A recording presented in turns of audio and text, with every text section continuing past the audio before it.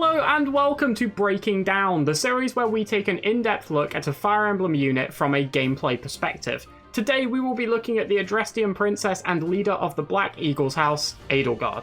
Just as a warning, whilst this isn't focused around plot or story, there is always a chance for spoilers, especially with a unit as important as Edelgard, so if that's anything you're concerned about, I would recommend giving this one a miss. Also, whenever relevant, this is considering the maddening difficulty on a regular new game file with no excessive grinding or exploits.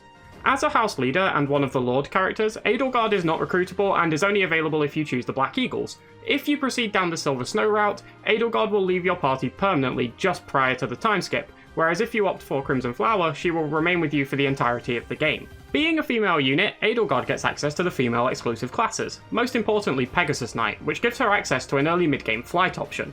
With her strong affinity for axes, this makes her path towards Wyvern Lord very accessible, and as one of the strongest classes in the game, this is always a positive, but for Edelgard especially, it ends up being even better than usual, for reasons we'll get into shortly.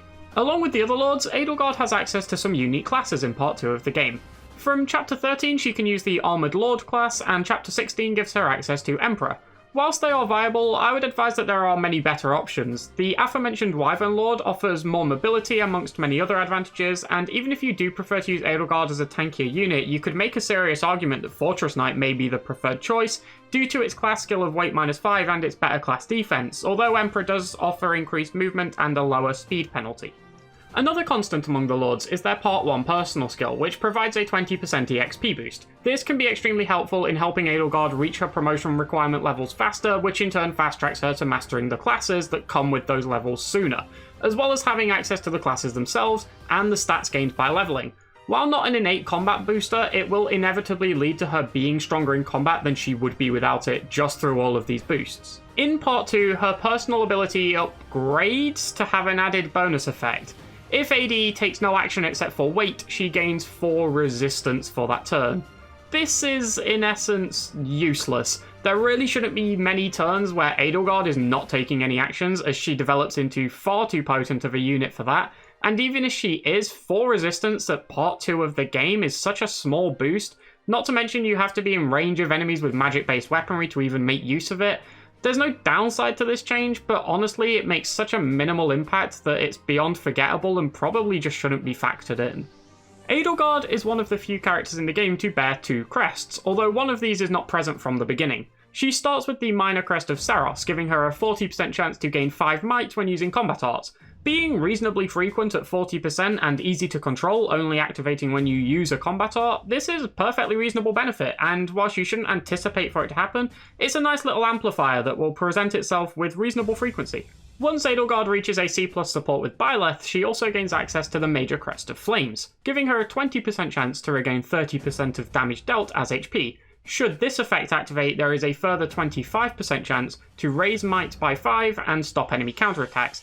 This is obviously less reliable, and typically the heal will also be less useful, and the additional bonus, only occurring 5% of the time, makes it so infrequent that they are hardly worth consideration. Although still it can be a nice bonus to have, it can also make builds that utilise things such as Wrath or Defiant abilities less reliable, since it can put you out of range for them to be active. From here, I think the most logical thing to do is start from the beginning of the game and work our way forward. Edelgard boasts a very impressive starting spread of both skills and stats. Her base strength of 13 is joint highest in the game with the protagonist, Byleth, and with a growth rate of 55%, it should level at a fairly consistent rate. Her base charm of 10 is also the highest in the game at level 1, this time holding the spot by itself, providing an advantage to her early gambits, and once again with a growth rate of 65%, this should remain a standout skill of hers. Her base speed and defense, whilst not being anything to write home about, are also not weaknesses, just on the more average end of the spectrum. Her one base stat that can seem to be on the disappointing side, where a minor impact might be felt, is her base dexterity of 5. For some reason, a lot of sources I found seem to report this as being 6, but it isn't, I checked. This can leave her a little sketchy on the accuracy side early on, but will usually only amount to a few points of hit at the most, and combat art using appropriate weapons and linked attacks can usually make up for it if not surpass it.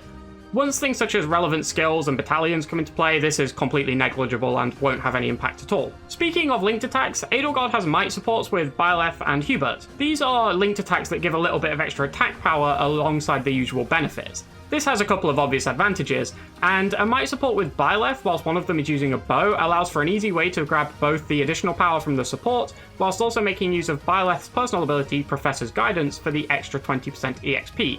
And Hubert has at least 1-2 range on all of his spells, and a couple that are 1-3 range as well, which makes this might support very easy to trigger. Moving off of the numbers and onto the letters, Edelgard has a very strong spread of starting rankings. A D base alongside a strength in authority lets her make great use of that strong charm stat, and should allow her to use whatever battalion she needs, making a great candidate for the early church knights with blaze, which require a C in authority. Edelgard also boasts a strong starting rank in heavy armor at D, and another strength in this area for increased growth. It can make it very easy to push this rank up to a C to unlock the weight -3 skill, which in many scenarios can be the equivalent of an extra 3 points of speed, depending on her strength stat and the weapon she's using, which can be quite impactful, especially on maddening. She can also potentially use this to certify for Armor Knight or Fortress Knight, and whilst you may not want to use this class in actual combat, it can help boost AD's defense thanks to the class's base defenses of 12 and 17 respectively, which Edelgard will be raised to upon certification even if she never uses the class itself. A base D rank in axes with a boon in this area means it will be very easy for her to advance the 1 rank necessary to reach D+, for the chance to promote into Brigand at level 10, and to be honest, she will probably reach the C to guarantee that promotion without too much effort at all, which is something she will typically want to do in order to master the class and obtain the Deathblow ability, which gives an extra 6 might when the unit initiates combat. It's also worth noting that this can allow her to promote to a fighter with a guaranteed chance as soon as she reaches level 5 with no investment necessary. And as this is her most desirable promotion at this point, this is a nice benefit to have, as it allows you to focus on other skills in the early game in order to pick up useful combat arts or abilities that you may want, such as the previously mentioned heavy armor, or you can focus on lances to get Tempest Lance, the raw power of which can be very beneficial for the early chapters. Another intermediate class which Edelgard, along with most physical units, will want to go into is Archer, in order to master the class and gain access to the skill Hit plus 20. From the outset, this might seem like an issue due to the base E rank and weakness in bows, however it isn't as bad as it first seems. Firstly, bows are just a very commonly used weapon since they allow for accurate and reasonable damage from range where melee units will not be able to counter. For any unit, even with a bow weakness, bows will grow at a steady rate. Secondly, reaching a D+ in bows to be able to dice roll for the promotion is not a very large ask, even with the deficit in growth. It's quite a low requirement, and even reaching the C to guarantee it is more than possible, especially when you consider very little is required to qualify for Brigand, meaning you will have quite a while to reach this incredibly low requirement. Ultimately, it just isn't much of a roadblock at all, and Archer is definitely something you should look to go into and master with Edelgard. The third intermediate class to look at is Pegasus Knight. Whilst mastering this class does give Darting Blow, a useful ability that can have positive benefits for Edelgard, the biggest draw of Pegasus Knight is the sheer strength of the class, especially in the early or mid game. Flight is just such a powerful tool that it is an option you always want available when you can have it. Personally, I would recommend qualifying for this as soon as possible and busting it out whenever the map looks like it would be beneficial for it. Overall, AD will make a very competent early game unit, and within the context of 3 houses, that's much higher praise than it initially sounds. She can hold her own in the early chapters, and as she grows in levels and advances in classes, she only excels further. As we wrap up talking about AD's early game, we should discuss the 2 Black Eagles routes. If you are opting down the Silver Snow path, Edelgard will leave you just before the end of Part 1, which can leave you questioning if you should use her in the early sections of the game, since any resources spent on her, such as EXP or promotion items or tutoring sessions, will effectively be for nothing come Part 2 since they will be lost. In my opinion, I firmly believe that using Edelgard during Part 1 of Silver Snow is the correct choice. Yes, she will consume EXP that could go to units who will be around for the long term, and also take hits away from others who are looking to master their classes or weapon ranks. This is all true, but for the strength of Edelgard in the early game, that's absolutely worth it. No resource, especially EXP, is so scarce that sacrificing a small amount of it will cause any form of hardship in your run, and the amount of help you get from using her far outweighs the amount of hurt that those lost resources cause. Obviously, it goes without saying that if you have the option to confirm and secure a kill with Edelgard or a different unit who you plan to use in the long term, you should probably give it to the latter, and spending things such as stat boosters on her is probably a poor choice. However, to not use her at all in the name of maximizing resources will be far more of a hindrance than a help. One thing that probably is worth noting, however, is you can probably skip the developmental classes of Brigand and Archer if you are planning to go down Silver Snow. I personally just like to put her in a Pegasus Knight and just use her as a strong combat unit, almost in a similar style to a Jagan in other games, just without the huge power that Jagans typically bring. She should be looking to contribute to the combat, but other units should be looking to take the rewards and benefits where possible. As you progress through the mid-game and start to push towards level 20, your advanced class should absolutely be Wyvern Rider in my opinion. As Edelgard does get access to Battalion Vantage, this allows her to skip grabbing regular Vantage from mastering Mercenary, which can make it tempting to look at going into an enemy phase build with Wrath, which requires mastering the Warrior class, which Edelgard should have no problems qualifying for since all it requires is an A in Axes. However, whilst this would provide an extremely functional and serviceable enemy phase unit, I believe it's more optimal to focus on maximizing Edelgard's combat proficiency on the player phase, and just letting her run riot on a Wyvern during this period. Whilst Edelgard would do an absolutely stellar job as an enemy phase menace, her true talents do lie in that player phase.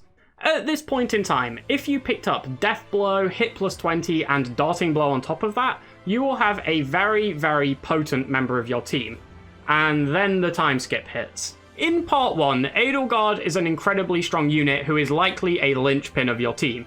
In Part 2, Edelgard is an absolutely nutty who designed this one-woman army who can essentially solo every map in one turn with the right setup, and even without this, will do a massive amount of the legwork in helping to clear them, just requiring a little bit of help for some of the tankier bosses.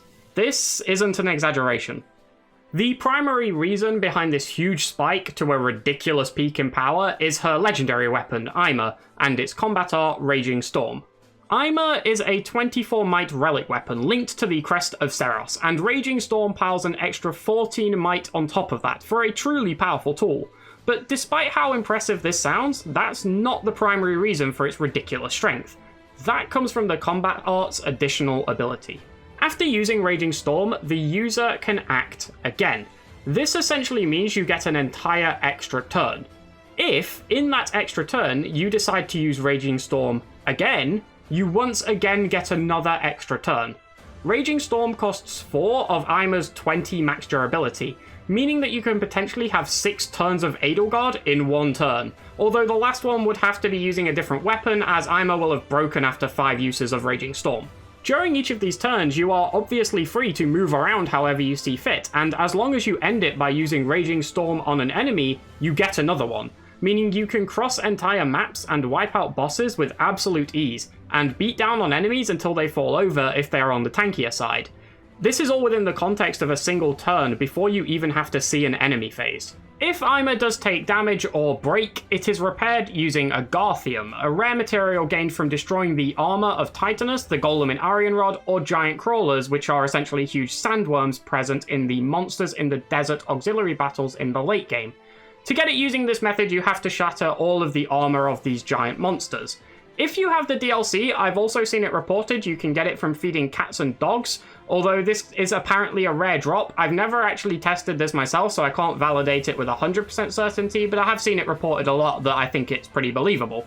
It can definitely be worth going out of your way to grab some Agarthium if you do need to top up Aymr before the next main mission or paralog battle, just due to the raw strength that Raging Storm brings. Whilst Wyvern Lord is obviously considered one of the best classes in the game for essentially any physical unit, the ability to have multiple moves per turn heavily amplifies the already potent effects of 8-move, terrain-avoiding flying classes. Wyvern Lord, once you reach level 30, is by far the best class for Edelgard in my opinion. On top of this, it also comes with the innate Axe Fair, giving her an extra +5 attack when using an axe, which she usually will be considering that this is the class of weapon that Aymr falls into. Also, if you had any doubts about Death Blow, which you get from mastering Brigand, the intermediate class, every single attack Edelgard initiates will activate it, and as she can attack 6 times per turn, this is extremely beneficial. Ultimately, Edelgard will shine in any physical class, but give her a set of wings and you can unleash something truly broken, and honestly, immensely fun to use. But let's say you don't want to use Edelgard in her optimal physical role. Well, her magic list is actually pretty reasonable, containing powerful spells like Luna and Hades, and her magic stat is passable too. She also has a hidden talent in Reason, which once maxed out will grant Black Magic Crit +10. It's not the best mage you could have, nor is it anywhere close to the best use of Edelgard, but if you did fancy doing something a bit different, it should at least be functional, although I've never tried this to confirm. I see no reason why it wouldn't work, but I would recommend, if you're going for optimal play, sticking to the physical builds. So heading back to a land where we talk about things that are probably the correct things to use, let's summarize Edelgard as an overall unit. She starts off as a strong, competent unit in the early game, and as the game progresses, she only proceeds to get better and better, making the best use out of some of the strongest classes and tools the game has to offer. It's worth noting that whilst we primarily focused on her ideal player phase performance, she will absolutely be a pivotal member of your team regardless of what you do with her, whether that's a different player phase build, an enemy phase approach, or a hybrid of the two. Ultimately, in a cast of many incredibly strong characters, Edelgard is without a doubt one of the absolute best units in the game, if not the very pinnacle of power that the roster has to offer. Before I wrap this up, I would like to give thanks to the 2 Reddit users on screen for proofreading the script and picking up on a couple of things that I had overlooked, notably AD's armor rank and its impact, which had just been missed during the initial draft of the script. Thanks for watching.